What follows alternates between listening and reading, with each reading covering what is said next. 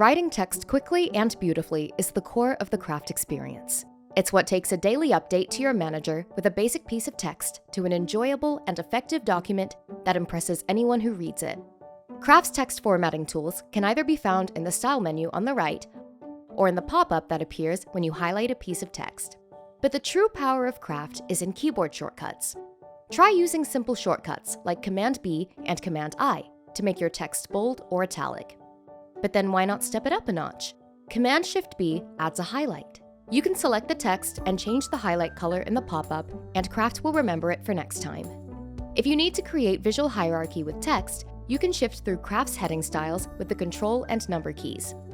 Control 1 is a title, Control 2 is a subtitle, all the way down to body text at Control 5, and captions with Control 6. Need to create a list? No worries. Command-Alt-6 is your checkbox or to-do list. 7 is a toggle. These are great for adding more detail without cluttering up your doc. 8 is a bullet, and 9 is a number list. If you want to add a link to text, just copy the link you want, select the text, and hit Command-V to paste it in there. If you want to link something from another Craft document, select the text, hit Command-Shift-K, and search for the document, page, or block you need.